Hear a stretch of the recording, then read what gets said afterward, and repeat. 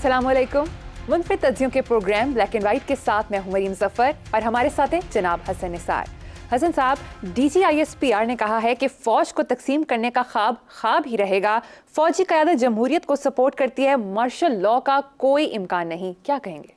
सारी बातें दुरुस्त हैं। उसकी वजह है कि फ़ौज बहरहाल मकबूल तरीन एक इदारा है और हर बार इनके आने पे मिठाइयाँ जो बटती हैं उसकी एक वजह होती है। लोग नको नक आ जाते हैं इन रिलीज सियासतदानों से। तो बहरहाल फ़ौज के साथ कमिटमेंट लोगों की अटूट है, इसमें कोई शक नहीं। मौजूदा हुकूमत इलेक्शन से फ़रार, ये सारे अंडे बच्चे जो हैं ना, इस वक्त जो गंद पड़ा हुआ पूरे मुल्क में, उसके पीछे सिर्फ एक चीज़ है, इलेक्शन से फ़रार। ख़त्म, कोई वजह नहीं है। ये सारा कुछ जो हो रहा है ना, जो गंद मचा हुआ है, इसके पीछे सिर्फ एक, ये दहशतगर्दी है जी, ये फलाना है जी, टमकाना है जी, लॉ एंड ऑर्डर है जी, इस्तेकाम नहीं है। वो सारे इन सारे ये गंद बला की जो माँ है वो है इलेक्शन से फरार। अच्छा, रह गया मार्शल लॉ, तो भाई दौरे हाजिर में ये वैसे भी मुमकिन नहीं है, आउटडेटेड चीज़ है एक। जैसे हमारे यहाँ अगर आप अपनी लुग़त उठा के देखो, अंग्रेज़ी की डिक्शनरी उठा के देखो, तो बेशुमार अल्फाज हैं जो ख़त्म हो गए हैं, मौजूद होने के बावजूद वो मौजूद नहीं हैं। मसलन एक ज़माने में कहते थे जी अंडर डेवलप्ड कंट्रीज़, अब कहते हैं डेवलपिंग। मतलब इस तरह का काम होता है। मारूफ मानों में तो परवेज़ मुशर्रफ साहब, अल्लाह उन्हें करवट करवट जन्नत नसीब करे, बहुत खूबसूरत, बहुत अच्छे आदमी थे। मारूफ मानों में तो मार्शल लॉ उन्होंने भी नहीं लगाया। और क्या उन्होंने कभी खुद को मार्शल लॉ एडमिनिस्ट्रेटर कहलवाया? नहीं। तो ये ISPR ने जितनी भी बातें की हैं DG ने, तो बिल्कुल एकेडमिकली 100% दुरुस्त हैं, इसमें कोई शक नहीं। ठीक है। फौज की तो इस मुल्क, फौज आखिरी उम्मीद है इस मुल्क में। वो कहाँ मौत पड़ जाती है इनको, गोस्ट स्कूल पकड़ने हैं, बिजली चोरी पकड़नी है, जलजला आ गया है, सैलाब आ गया है, हर जगह तो फौज की ज़रूरत है। तो अगर तुम 12 सिंगों की तरह आपस में लड़ोगे, भेड़ुओं की तरह, दुम्बों की तरह, मतलब तो सियासतदानों की तरह बिहेव ही नहीं करोगे। अब माशाल्लाह नई खबर आई है, ये वो सुप्रीम कोर्ट के बाद, तो फिर अल्टीमेटली क्या? तो लेकिन बहरहाल बात उनकी दुरुस्त है।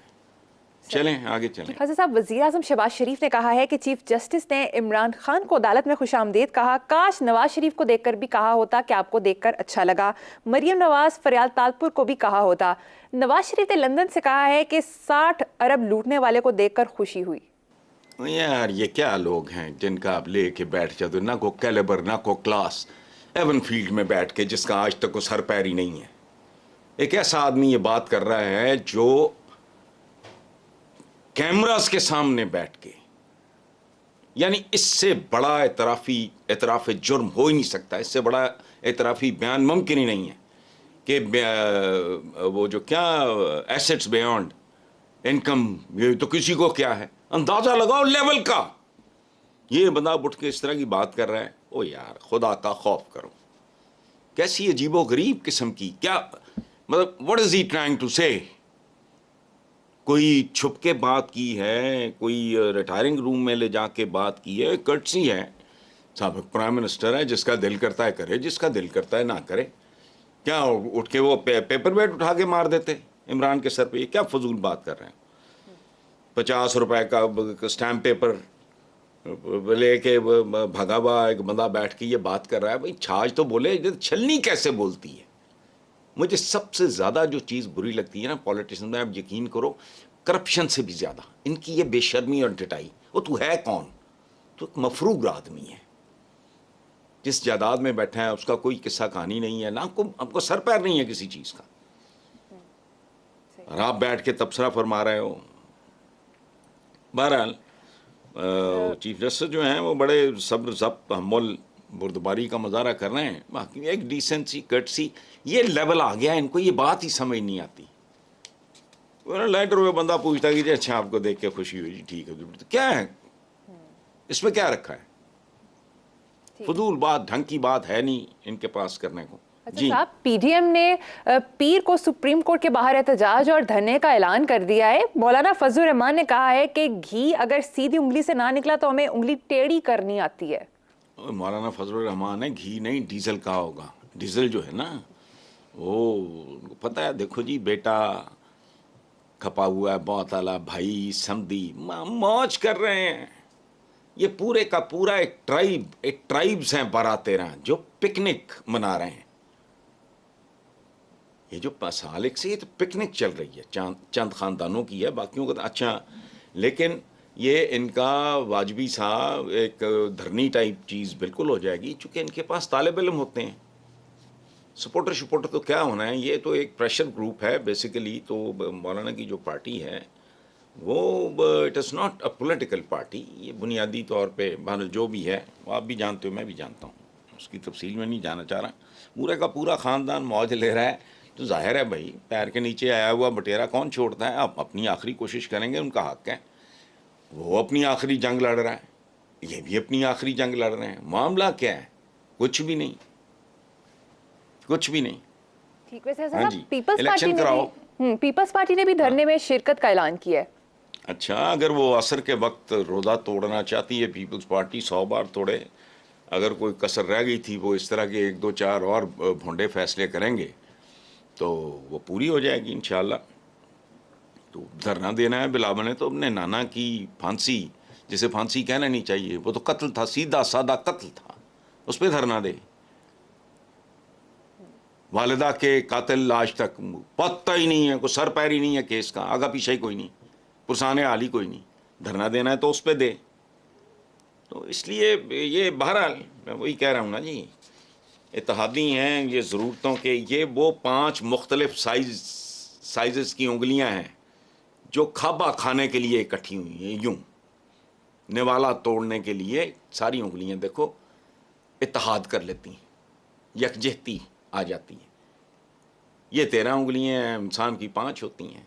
अंगूठा किधर जा रहा है, अंगुश्ते शहादत किधर है, ये सबसे छोटी उंगली किधर है, लेकिन खाते वक्त इकट्ठी हो जाए 13 की 13 उंगलियां जुड़ी हुई हैं। तो जाहिर है महात्माओं तो मारेंगे जब तक इनका वो टोला लगा हुआ है, लगा रहे। अवाम जाए भाड़ में, इनका कोई इशू नहीं है जी। वैसे साहब, दाद देनी पड़ेगी इमरान खान को कि हुकूमत को ये एहतजाज करने पर मजबूर कर दिया है। हाँ, बहुत ज़बरदस्त बात है। उसकी वजह है सर्वाइवल की जंग है ना जी। वो अवाम के सर्वाइवल की जंग लड़ रहा है, ये ज़ाती सर्वाइवल की जंग लड़ रहे हैं, है बेसिकली सर्वाइवल की जंग। और इसके बाद मैं एक बात बताऊं, जहां ये मैच पहुंच गया है ना, इसके बाद फैसला हो जाएगा कि अवाम ने मजीद 75 साल जलील होना है ऐसों और इन जैसों के हाथों, या आने वाले दिन कोई खुशखबरी लेके आएंगे। याद रखना, ये आने वाले इंशाल्लाह चंद हफ्तों में ये फैसला होने जा रहा है। ये इलेक्शन और नो इलेक्शन ये सादा काम नहीं है। इसके पीछे पाकिस्तान के आम आदमी का मुस्तकबिल, जो आज तक गुलाम है, बदतरीन गुलामी है। देखो, गुलाम हो नंगा चिट्टा, उसको पता होता है। आप पे ठप्पा लगा हो आज़ादी का, हूं आप बदतरीन गुलाम। वो लानत नहीं ऐसी आज़ादी पे जहां वसाइल की मुनसिफाना तकसीम ही ना हो। वैसे तो घर नहीं कायम रह सकते। आप किसी बच्चे के साथ कोई सलूक करें, किसी के साथ कैसा करें, किसी का, वो तो बहन भाइयों में नफरत पैदा हो जाएगी, फासले पैदा हो जाएंगे। याद रखना, एक मैं नाम भूल रहा हूँ बादशाह का, उसने कहा कि मेरे इतने बेटे हैं। उसने अपने वजीर से कहा कि ये जो मैंने दादा परदादा से इनहेरिट की है ये अंगूठी, ये मैं अपने लाडले बेटे को देना चाह रहा हूँ, लेकिन प्रॉब्लम है। वजीर आज़म ने पूछा जी वो क्या सुल्तान? उसने कहा कि बाकी सारी औलाद उसकी दुश्मन हो जाएगी। कमाल है। पता है जवाब क्या दिया वजीर आज़म ने? उसने कहा तो सुल्तान आप यूं करें, इसके रेप्लिकास बनवाएं, बिल्कुल एक जैसी हो, डिफ्रेंशिएट करना ही मुश्किल हो, धात भी वही हो, हीरा भी वैसा ही हो सारा, लेकिन जो असली है वो अपने हकीकी फर्जंद को दे दें। ये बादशाहों को भी करना पड़ता है। इस मुल्क में कोई खाली कोई नहीं है। अंदाजा लगाओ, जिनके पास है वो फटने पे आए हुए हैं, जिनके पास नहीं है वो हैरत अंगेज सूरत हाल है। It's very painful. ये बरकरार रह नहीं सकती, चूंकि ये मैं नहीं कह रहा, हमारे असलाफ कि कुफ्र पे कायम मुआशरा जिंदा रह सकता है, जुल्म पे कायम नहीं। तो ये कायम है, आधा जा चुका। वजह जुल्म। ये क्या है? जहां जस्टिस ना हो, जुल्म क्या होता है? जहां इंसाफ ना हो। मैंने पीटीआई को पहला नारा दिया था, अदालती इंसाफ से इक्तसादी इंसाफ तक, हुक्म अल्लाह का, कानून कुरान का, रस्ता रसूल का, और पाकिस्तान सब पाकिस्तानियों का। ये हैं नारे बुनियादी पीटीआई के, जो बरसों इनके लेटर हेड्स पे रहे। मैंने जब छोड़ा तो मैंने देख लिया था कि यार ये बंदे ठीक है, लेकिन इनमें बेचारों में कुछ, परवेज़ हसन थे, वो अवैस गनी थे, हाजी एफ नाज़म थे, फारूक थे, डॉक्टर फारूक, वो बाद में मर्डर हो गए। अच्छे लोग थे, लेकिन उनमें वो आग नहीं थी जो होनी चाहिए थी। बहरहाल चलो आप आगे चलते हैं। हसन साहब, इसहाक डार ने जोर देकर कहा है कि hold your horses, Pakistan default नहीं करेगा, आईएमएफ और नो आईएमएफ। जबकि साबिक वजीर खजाना मिफ्ता इस्माइल ने कहा है कि डिफॉल्ट का खतरा बदस्तूर मौजूद है, अब आईएमएफ बजट देखकर फैसला करेगा। देखो बात सुनो, मिफ्ता इस्माइल इंतहाई क्रेडिबल आदमी, और इसहाक डार सवाई डार साहब की और कुछ नहीं है, पूरी तारीख है। अच्छा, दूसरी बात यह है, डिफॉल्ट किसको कहते हैं? मैंने कहा ना, श्रीलंका तो बाकायदा फॉर्मली कर चुका है डिफॉल्ट। उससे ज्यादा महंगाई पाकिस्तान में है। अब मुझे समझा दो, अवाम डिफॉल्ट कर चुके हैं। अभी कल कहा मैंने कि जो छोटे छोटे मोहल्लों में रहने वाले लोग हैं, उनके मोहल्लों के दुकानदारों ने, परचून फरोशों ने उन्हें उधार देना बंद कर दिया, और वो हैंड टू माउथ से आगे चला गया काम। डिफॉल्ट और किसे कहते हैं? डार साहब के कल्ले पे कल्ला चढ़ा हुआ है। बात सुनो, जब तक बदमाशिया पाकिस्तान पे मसला था, जो मर्जी कर लो। ये हमारे कहा था ना उन्होंने, फरमान कितना खूबसूरत कि ऊपर वाला हाथ नीचे वाले हाथ से बेहतर होता है। तो हमारा तो नीचे वाला हाथ भी अब बेजान हो रहा है। भीख मांगने के लिए भी एनर्जी चाहिए। गदागर यूं यूं जब करता है ना, तो उसमें एनर्जी होती है। दस्ते सवाल दराज करने के लिए भी थोड़ी बहुत एनर्जी चाहिए। कशकोल उठाना भाई वजन है। कमजोरी का एक आलम यह भी होता है, और ये मैं वो शायरी नहीं कर रहा, कि मरीज आंख नहीं झपक सकता। Do you know this? ज़ौफ का एक आलम यह भी होता है कि हमने कभी सोचा कि एनर्जी सिर्फ होती है आंख झपकने में, झपकते रहते हैं सारी जिंदगी मामूल में। But there comes a stage, अल्लाह न करे किसी पर वो वक्त आए, लेकिन होता है, आंख नहीं झपकी जाती, इतनी एनर्जी नहीं चलती। तो हमारा तो दस्ते सवाल जो है वो दराज करने की अल्लाह एनर्जी कायम रखे। भीख मांगने जितनी ताकत रह जाए इक्तसादी बदन में, यही बड़ी बात है। बाकी जो बढ़ के मार रहे हैं, पहले मारते रहे हैं, यहाँ तक पहुँचा दिया, आज मार रहे हैं, कल वहाँ कहाँ होंगे, बाद में देखेंगे। ठीक है, वक्त बता देगा। जी सही। हसन साहब, वजीर दाखिला राना सनाउल्लाह ने इल्ज़ाम लगाया है कि अलकादे ट्रस्ट की डील में साबिक मुशीर एहतसाब शहजाद अकबर ने 2 अरब की रिश्वत खरी की है। अच्छा बात सुनो, मैंने 2-4 चपड़ नातियों से सुना कि जी राना सनाउल्लाह ने इस बिस्तर बंद के लिए बड़ा लफ्ज़ इस्तेमाल किया। दलाल, क्या बुरा है इसमें भाई? दलाली क्या कहते हैं? कोयलों की दलाली में मुंह काला। मेरा बचपन लायलपुर में गुजरा है। मेरे क्लास में, मेरे स्कूल में तो भारी अक्सरियत थी चिन्होटी शेखों के बच्चों की, जो मेरे क्लास फेलोज थे।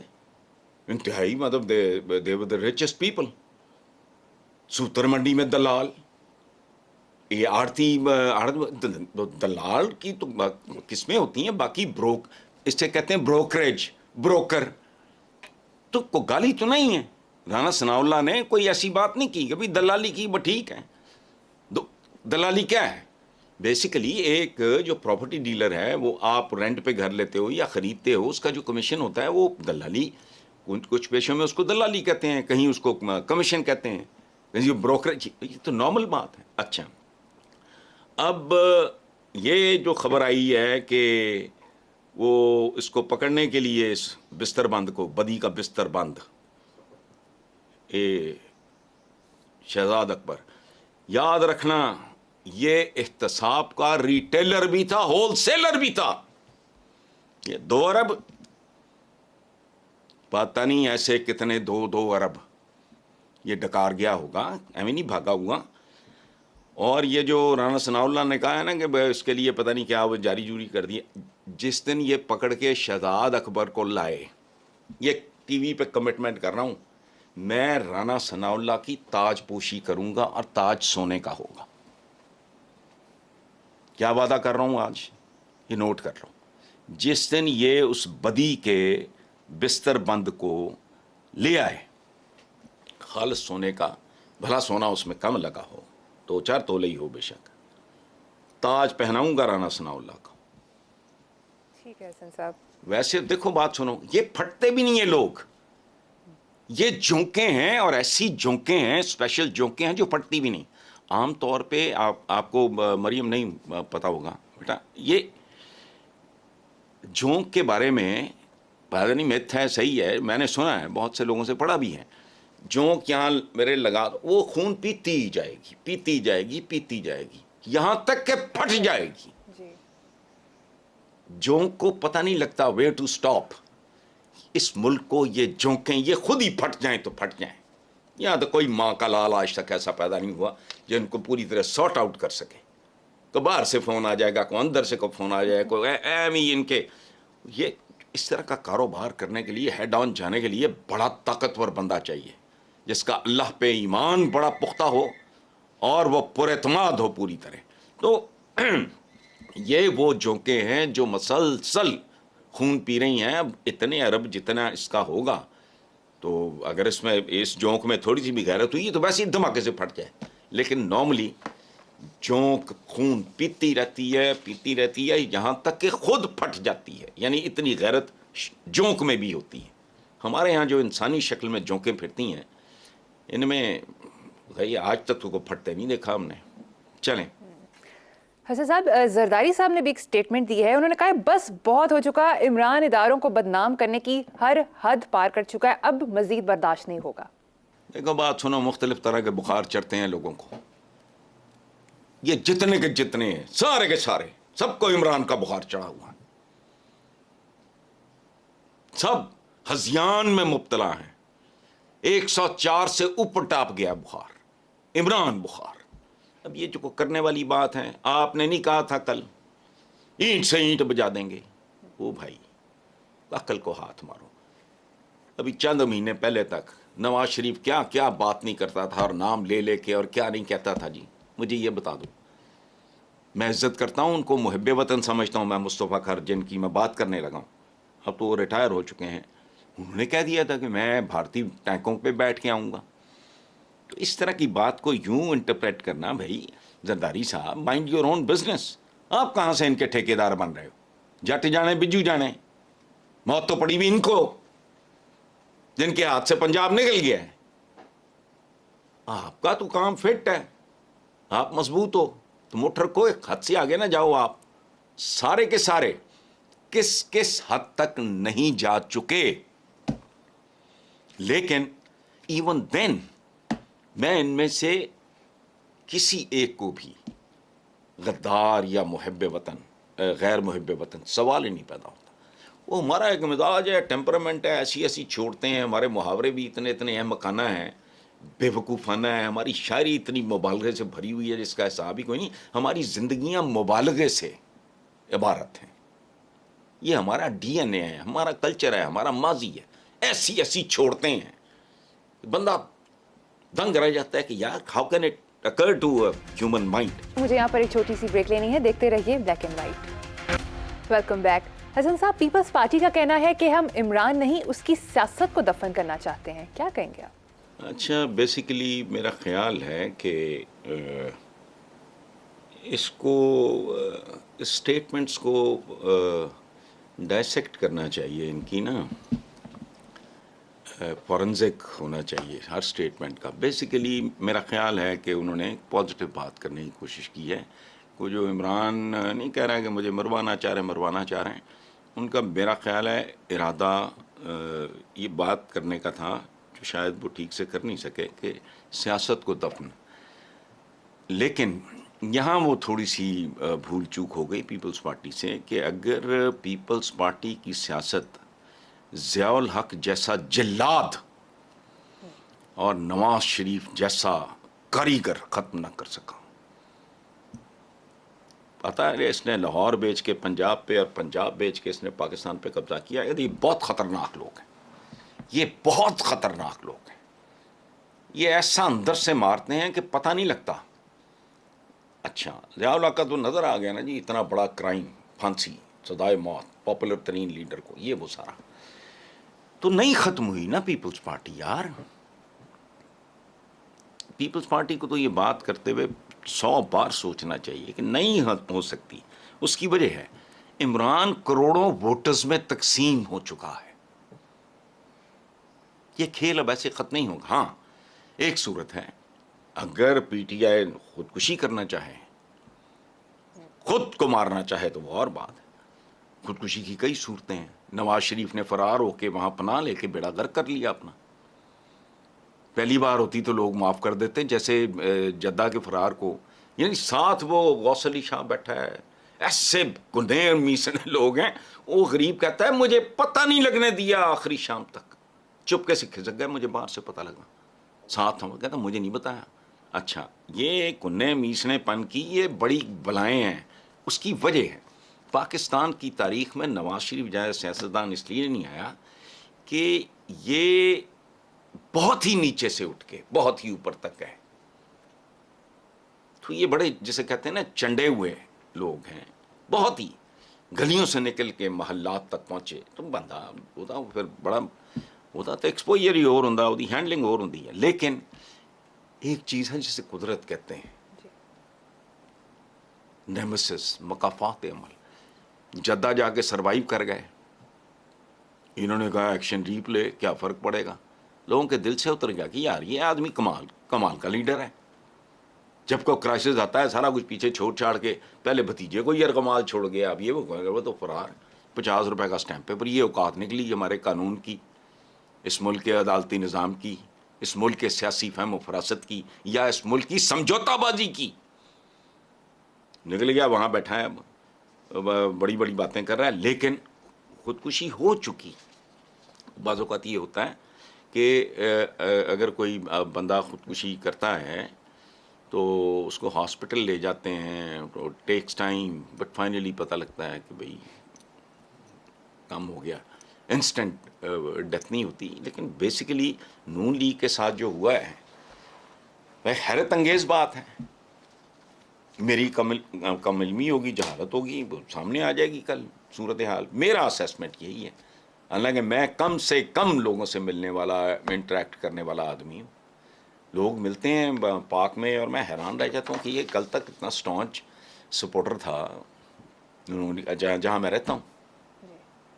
ये क्या इनके बारे में कैसी इनकी हुकूमत के बारे में, चूँकि हुकूमत तो बहरहाल नून लीग की है, बाकी ऑल्सो रहना है, उनकी अपनी अपनी लॉटरियाँ छोटी मोटी लगी हुई हैं, बस ठीक है। चलें आगे। ठीक है सब आगे चलते हैं। सब कुछ तज्जिया निगारों की राय है कि पॉलिटिकल पोलराइजेशन इस वक्त अरूज पे है, ये सियासी तकसीम मुल्क के लिए नुकसानदेह है। आप मुत्तफिक हैं? देखो बात सुनो मरियम, हम लफ्ज़ों की बेहुरमती बात करते हैं। हम बहुत महदूद मानों में लफ्ज़ों को इस्तेमाल करते हैं।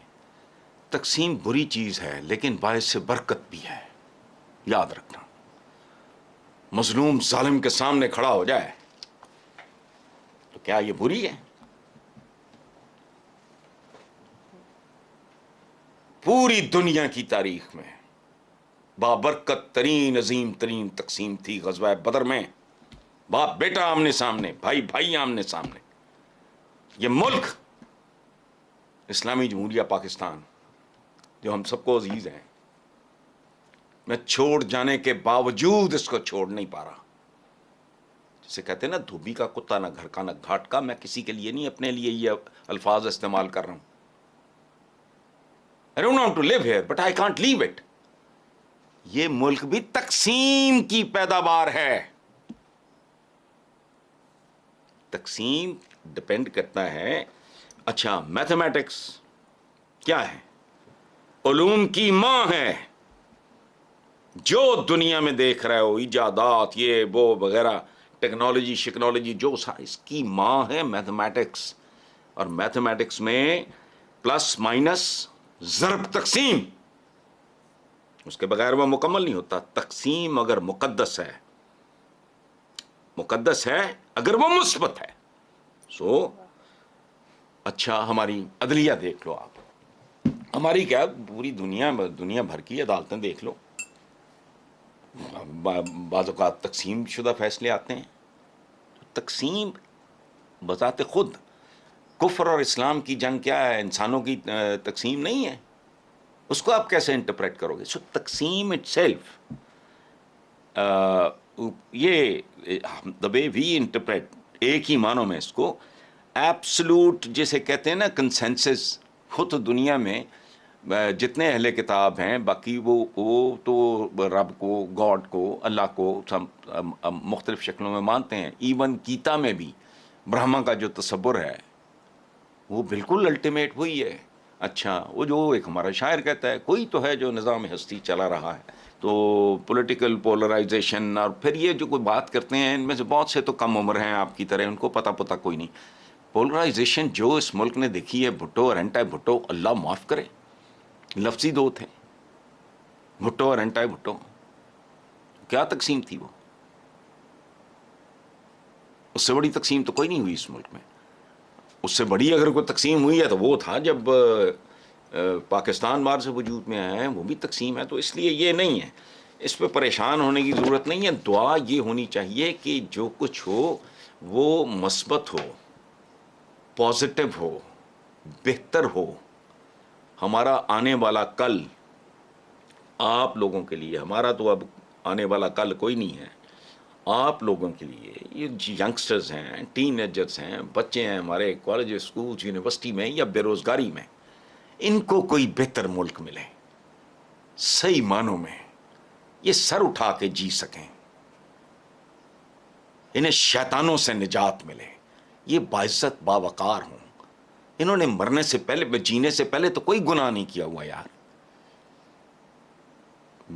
मैंने को गुनाह किया होगा तो पैदा होने के बाद, बालिग होने के बाद किया होगा ना, या होश में आने के बाद किया होगा। यहां तो मुझे लगता है पैदाइश से पहले कोई ऐसा गुनाह सरजद हुआ लोगों से कि उनके पल्ले ही कख नहीं रह गया। IMF करते फिरते हो, इज्जत नफ्स देने के लिए IMF की इजाजत चाहिए तुम्हें? करो किसी बंदे के साथ बदतमीजी। मैंने कहा नहीं कि इमरान के साथ हुआ तो कौन सी बात है भाई, साबिक वजीर आजम, हर एक के साथ, किसी के साथ भी ये नहीं होना चाहिए कि कॉलरों से पकड़ो ये वो। यहाँ 2 टके का एक पुलसिया उठता है जिसके साथ जो मर्जी दिल करें कर गुजरता है, अवाम बोल ही नहीं सकते, पल्ले ही कुछ नहीं है। जायज़ तरीन कामों के लिए चक्कर भी लगवाते हैं, हराम भी खाते हैं। तो इसलिए ये छोड़ो, ये पता नहीं हमें हमारे पुरखों के किसी गुनाह की सज़ा मिली है या हमने पैदाइश से पहले पता नहीं क्या झाक मारी थी जिसकी सज़ा मिल रही है। इसलिए छोड़ो तकसीम शक्सीम, दुआ करो कि रास आए, अल्लाह इसमें खैर पैदा करे। तकसीम बुरी चीज़ नहीं है। ठीक है हसन साहब, प्रोग्राम में शामिल करेंगे एक ब्रेक, देखते रहिए black and white. Welcome back. Hasan साहब, साबिक वज़ीर आला पंजाब चौधरी परवेज़ इलाही ने कहा है कि इमरान खान ने मुझे या मुनस इलाही को आइंदा वज़ीर आला बनाने का वादा किया है, क्या ऐसा होगा? चलें, चौधरी साहब ने बहुत अच्छा किया है कि इस बात को रिकॉर्ड पे ले आए हैं, लेकिन इमरान को चाहिए कि वो चौधरी परवेज़ इलाही की इस बात की तस्दीक और तौसीक या तरदीद करे ताकि पूरी कौम गवाह रहे। उसकी वजह है, ऐसा ही है तो इमरान को कहना चाहिए, यस, इसको ऑन करना चाहिए। उसकी वजह है, इस ख़ानदान ने मुश्किल तरीन हालात में ज्वाइन किया और ख़ानदानी यकजहती की कुर्बानी दी। मुझे आज तक, मुझे नहीं अजमाला कि मेरा इनके साथ क्या लेना देना, लेकिन मुझे आज भी अजीब लगता है। ये एक मिसाली ख़ानदान था जिनके दरमियान बहुत रश किए जाने वाले तल्लुकात और फलां थे, लेकिन बहरहाल तो दोनों टर्म्स में, अच्छा फिर रह गई कॉम्पिटेंस, तो दोनों टर्म्स में बहरहाल परवेज़ इलाही ने अपना वर्थ प्रूफ की है, तो ठीक है, देख लें। लेकिन असल बात ये चौधरी परवेज़ इलाही की तरफ उनका कहना जो है ना, वो तो सानवी सी बात है। इमरान ये बात करे तो फिर, वरना अगली बार फिर बुजदार। ये हुआ तो शायद कौम इस बार माफ़ ना करे पीटीआई को भी। जी ठीक है हसन या साहब, कम से कम मैं तो उसी दिन जिहाद का ऐलान, चाहे अकेला लड़ता लड़ता मारा जाऊं, कुछ भी नहीं। जी ठीक है हसन साहब, bureau of immigration and overseas employment की रिपोर्ट के मुताबिक एक साल में 8.5 लाख पाकिस्तानी मुल्क छोड़कर चले गए हैं, और इनमें ज़्यादातर मेहनती और हुनरमंद अफराद जैसे कि डॉक्टर्स, इंजीनियर्स, IT माहिरीन, नर्सेज, ज़राई माहिरीन वगैरह शामिल हैं। मैं आपको एक बात बताऊं, ये जो फिगर्स हैं ये तो ऑफिशियल हैं। बहुत से हैं जो वैसे कंसन में छोड़ गए होंगे, उनकी लाशें आती हैं या वो वहाँ मर खप जाते हैं या वहाँ खप जाते हैं उन सोसाइटीज़ में। देखो बात सुनो, ये अगर हमारे यहाँ टेक्नीशियंस ने, टेक्नोक्रेट्स ने भी ये मुल्क छोड़ना शुरू कर दिया, तो फिर ये जो उठाए फिरते हो ना, ये छाबे, MA Urdu, MA political science, MA फारसी, MA पंजाबी, इनका चार डालना। हमारी हुक्मरान क्लास इतनी अहमक, इतनी बेवकूफ़ और घटिया है। ये कोई MA है? इनका कोटा मुकर्रर करो कि ठीक है हमें MA उर्दू चाहिए, MA political science, MA history, ये वो वगैरह वगैरह, MA फारसी भी चलो, इससे ज़्यादा बच्चा नहीं। Waste of time. उन सब्जेक्ट्स में इस मुल्क के बच्चों को घेर हाँका करके, शेर का हाँका हो सकता है तो इंसान के बच्चे का क्यों नहीं हो सकता? जिन उन मैदानों में महारत हासिल करो जिन मैदानों में हमारा मुकाबला है दुनिया से। ये इन सब्जेक्ट्स में, ये MA फारसी, ये पढ़ो फारसी, बेचो तेल और बाज आओ। हर सूबे की आबादी के मुताबिक कुछ सोच, गौर व फिक्र करो। कभी इतना MA उर्दू बहुत है, इतना MA पंजाबी, इतना MA फारसी या फलाना MA पॉलिटिकल साइंस, करना क्या है इनका? अचार डालना है। तो ये जो आप कह रहे हो कि बाहर जा रहे हैं, आखिरी बात इस पर सुनो। कायद आज़म मोहम्मद अली जिन्ना नाम के एक शख्स ने तवील जंग लड़के आज़ादी दी। उसका आधा एहसान उतारने के बाद, ए कायद आज़म तेरा यूं दी हमें आज़ादी के दुनिया हुई हैरान, ए कायद आज़म तेरा एहसान है एहसान। आधा एहसान चुकाने के बाद जो कुछ बाकी बचा, उस आज़ाद मुल्क के शहरी भी बाहर जाके गुलामी करने को तरजीह दे रहे हैं। तो क्या मतलब है आज़ादी का? You tell me. आप बताओ। मुल्क आज़ाद है, तुम जितने भी फन्ने खान हो, ये याद रखना, मेरा बड़ा एक्सपोजर है, तुम वहां B क्लास सिटीजन होते हो। A क्लास इंसान तो बेशक हो, पर सिटीजन B क्लास रहोगे।